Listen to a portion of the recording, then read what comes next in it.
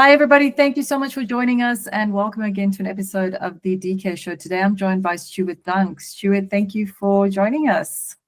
Very welcome. Thanks for having me. Stuart, so I ask everyone who joins my show to give us an elevator pitch. So you've got a business called Don't Forget to Look.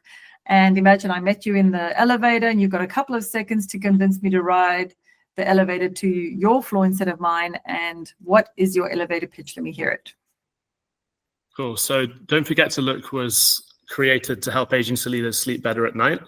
It's about 5 years old. And what we've been doing in that 5 years is helping agency owners and senior agency execs to help grow their agencies. We do that through pitch support, workshops on things like negotiation, pricing, and sales, and a couple of other bespoke projects. So we're just on that journey with agencies to help them have more capability and confidence in how they run their sales, basically. Oh, that's so boring. Another agency mentor. We've got so many agencies mentors coming out of it. Yes, I have one authentic agency mentor. He's amazing, Craig Rodney, and I have myself dealt with some charlatans in the space. What makes you different? Don't forget to look. Brilliant question. So there's definitely some absolute gurus in this space. Christo and the likes of Blair Enns, who I follow both very closely. My take on it all is based on a marketing procurement background. So my USP, if you like, is that I worked 14, 15 years at brands like Nike at their European head office, Danone at their global head office, Reckitt, and my role was to buy agency services on behalf of the marketing team. So I know how brands buy, I know the psychology behind it, the tactics they use, how they're trained, how they see value, how they negotiate. So that's my unique take on it. And I always had more of a marketing sensibility, I think, than a procurement one. So it was a nice switch to make and sort of, I guess, change teams, doing the same, the other side of the same coin, if you like. So helping agencies get better at selling rather than helping brands get better at buying. Let's start with what are procurement managers, or what is procurement looking for? Ultimately, it will come down to each individual brand, how much budget pressure they're under. Are they in a declining market? Are they suffering more with inflation and other macro factors than maybe another brand? Certain sectors are in decline, others are growing. I think, the marketing procurement team at Ferrari probably have different issues to the marketing procurement team at Mars, So it can come down to the individual business. So it's difficult to have a one-size-fits-all answer. It can come down to the time of year. Is it Q4 and the marketing procurement team or the wider procurement team is behind its savings target? Then they're going to be pushing harder. Or is it a more enlightened marketing procurement team who maybe have a slightly longer relationship with marketing? They have better access to marketing strategic objectives. Maybe they're more experienced themselves. A marketing procurement manager could have 10 years experience or 2. It's quite a wide range for a job title.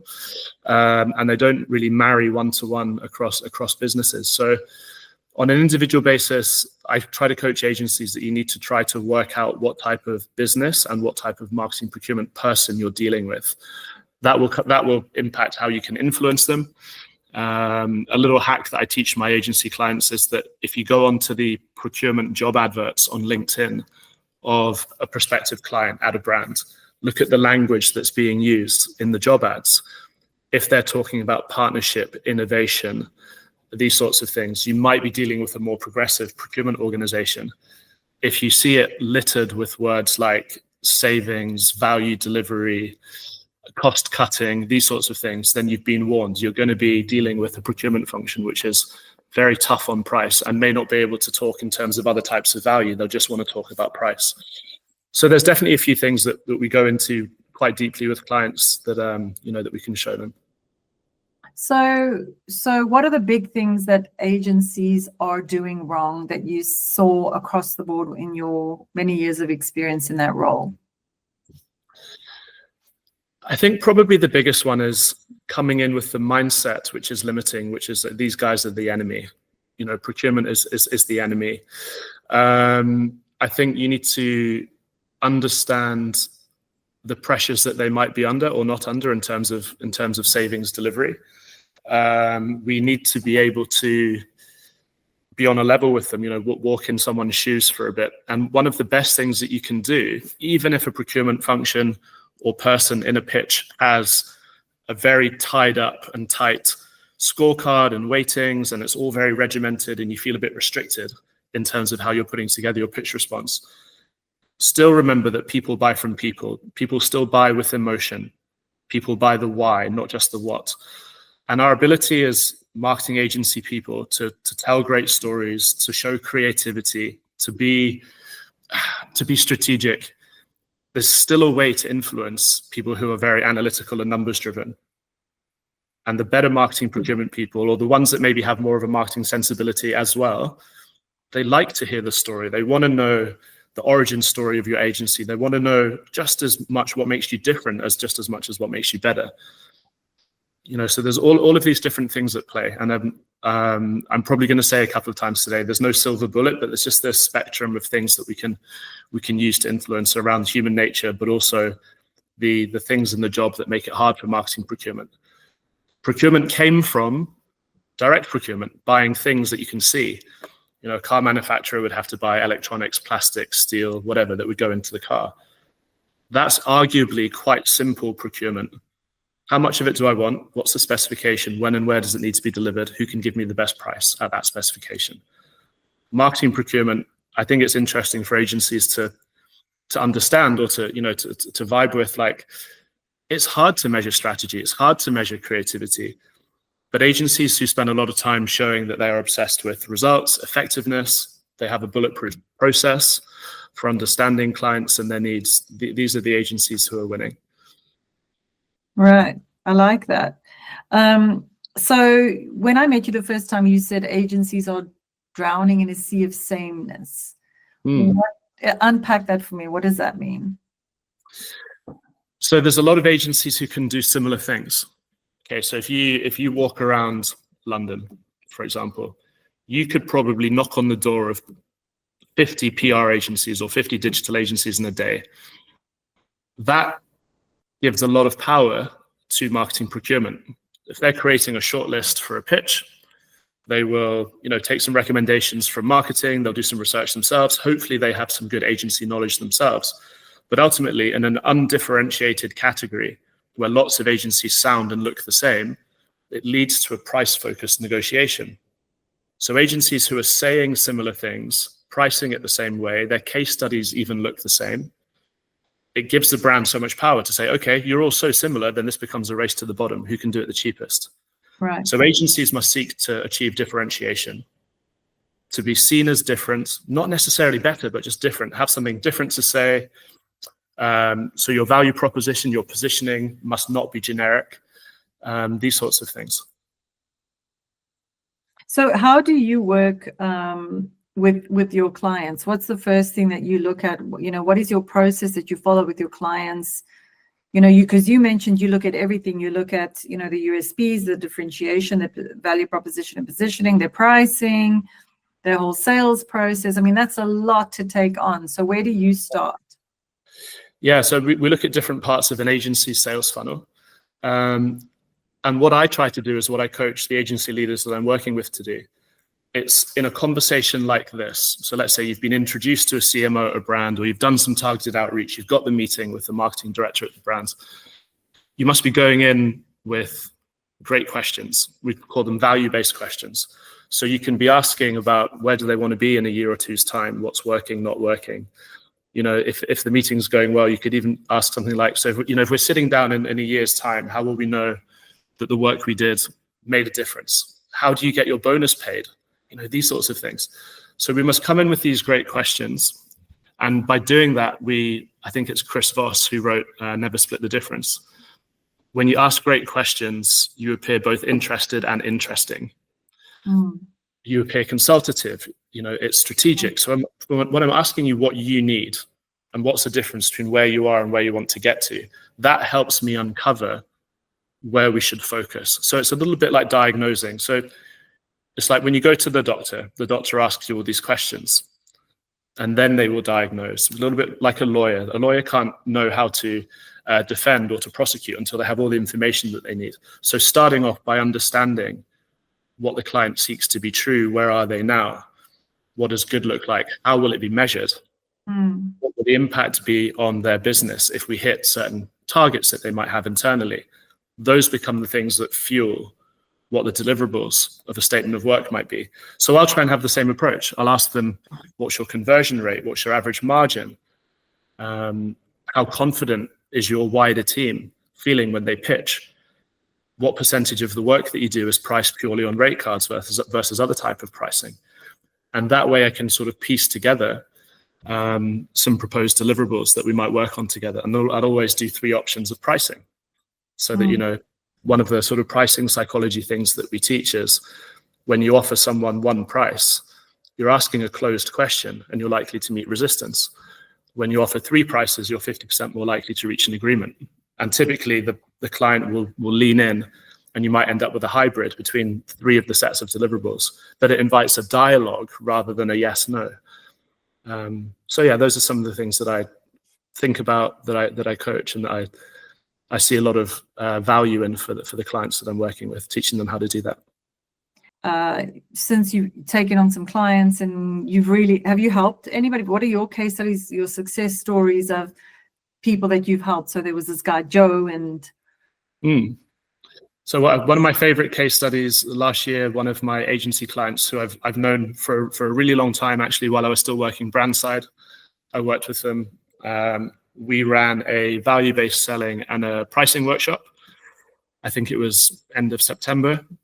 One of the deliverables of the workshops was to then have a bank of time that they could dip into afterwards, where they could come back to me to help them with work that they were working on. So they were at that time, they had a big statement of work that was ending. They were essentially needing to do a proposal for the following year. And we helped move them from rate card based to output based, 3 options based on uncovering the strategic needs of the clients. And they added, I think it was £2 million in revenue in the next quarter, which was a huge increase to what they had been earning in previous years, just by using the theory and then me being around afterwards to help them with the execution, turning it from theory into reality. So that was a big win. And look, there aren't case studies like that I could talk about all day. But I think across 2024, on average, the ROI that the agencies we worked with were seeing was about 40 to 1. Wow. So every euro that was spent with me and me helping, they were earning 40 in increased business. Wow. When can we start? Anytime you want. So Stuart, you've got a lot of free resources, and you've got some pay-per-view videos, and you've got a whole lot of other things that you're busy in the pipeline with. Give an agency, a small agency, one piece of like really stellar advice, because we're going to keep this podcast really short so people can listen to it on their just like morning drive in. What is one real nugget that if you could just do one thing at every agency in the world that you would do, what would that be? Gosh, if it was one thing, I would tell them to sit down as an agency and write on a whiteboard, how would we price our work if rate cards didn't exist? And watch the creativity that will come from your team as you reimagine a different commercial model for how you package your services into programs and products in a different way. When we move away from rate cards, which cap our margin, we have a chance to grow the agency. When we learn how to price things based on the value to our clients, not on a cost plus model, okay, so what are our costs and what profit do we want to make? Then we earn the right to be more profitable. Wow. So vanilla messaging will include things like we are customer centric, we are data led, we are creative. These things are not even par for the course anymore. They're bogey, right? A brand expects nothing less than creativity, data led, customer centric. So these are not differentiators. These are not the U in a USP. These are obvious. We have to have something different to say. When we talk about our positioning, a helpful thing to remember is that we also want clients to sort of self-filter whether there's a fit to work with us. So we want to make it obvious to clients that we are the agency for them, that they are the niche that we are trying to target. So some vanilla messaging might be, we are a full-service strategic creative agency. awful messaging. Okay. Nice niche differentiated positioning would say, we grow online DTC performance for sports, health, and wellness obsessed brands. It says the client type that we work with, sports, health, wellness types of brands. And it says that we are niche in online DTC performance. So if your revenue comes through your .com, we're the agency for you. So that leaves the clients in no doubt that you are right for them. Now, if a full service strategic creative agency goes and targets a brand which is earning all of its revenue through DTC, that is sports health and wellness, involved in sports health and wellness, they might not realize that you're the right agency because you haven't positioned yourself as such. So we must plant a flag for the area that we want to serve. As an agency who services anyone and will do anything for money, I think that is the big fear in agencies' minds always, is when I niche, I will cut down I will halve or, divide by 10 my customer acquisition.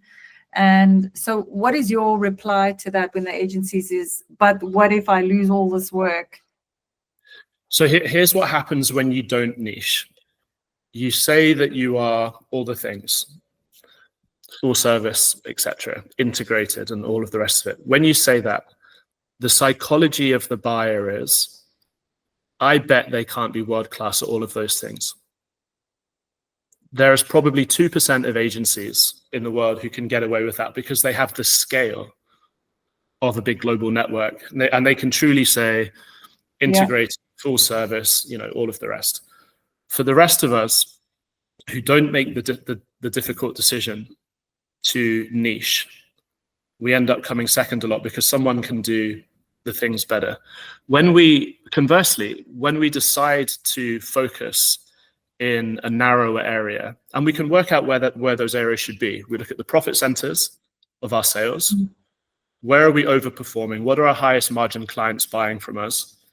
What parts of the business are we still trying to push, but that we're not selling? Or when we do, the margin is low. That's a nice sort of quick litmus test of where you might decide to refocus capacity and all of that sort of thing. But when you decide to specialize and to niche, and you say, the example that I gave, we grow online DTC performance for sports brands. Those sports brands will go and lean in. It will be a big enough market that there will be profit there. And what happens when you niche is that you learn quicker about that niche and how to serve them. So you will specialize quicker when you decide to deliver less things. And then your experience. Yes, your experience will grow. Your journey to becoming an expert shortens, so your prices go up because there are fewer of you. There's no one out there saying that positioning, but there are lots of people out there saying the vanilla positioning. So you attract the right crowd. There's a self-filtering process. Your expertise deepens more quickly, so you can put your prices up. And it means that you are seen as differentiated. And when you are seen as differentiated, when you take part in a process, you win more often. And when you win, you get to charge the prices that you want more often. You have more control in the sales dialogue. You can say, we don't do rate cards. This is how we price it. This is our process. Listen to us. So you're seen as an expert. You're treated as one.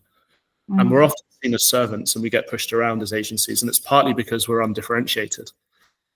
Yeah, we're commodity. And I think it's highly commoditized. And that's where you come in, is you are anti-mass,